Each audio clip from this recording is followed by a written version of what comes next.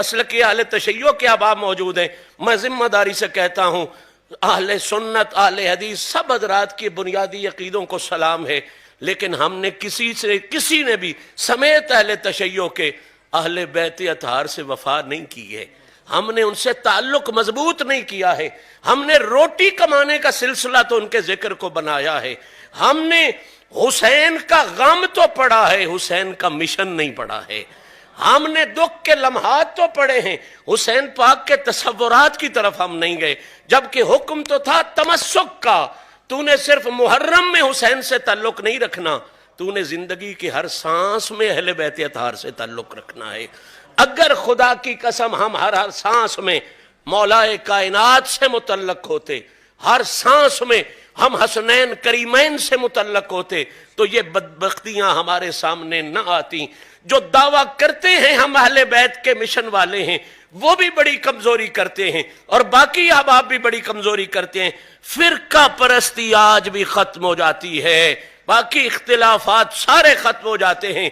अगर आज भी तू बारगाहे अहले बैत से वाकयात नहीं बल्कि उनकी सीरत के खैरात लेना शुरू कर दे, उनके किरदार की खैरात लेना शुरू कर दे।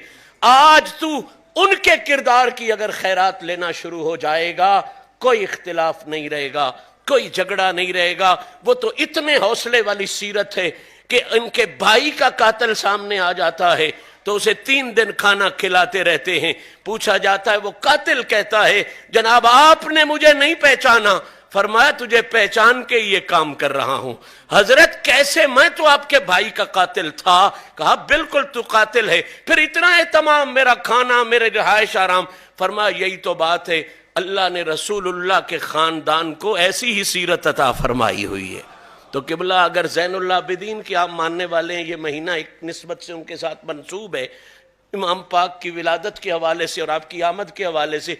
अगर हम इमाम ज़ैनुल आबिदीन के मानने वाले हैं तो फिर हमें सोचना चाहिए कि भाइयों के कातिल से जिनके रवैये सीरतों के ये हैं, हम एक दूसरे के साथ क्यों लड़ते फिर रहे हैं, क्यों झगड़े करते फिरते हैं। 2 बातें रह गई, फिर कभी मिलेंगे तो बातें करेंगे।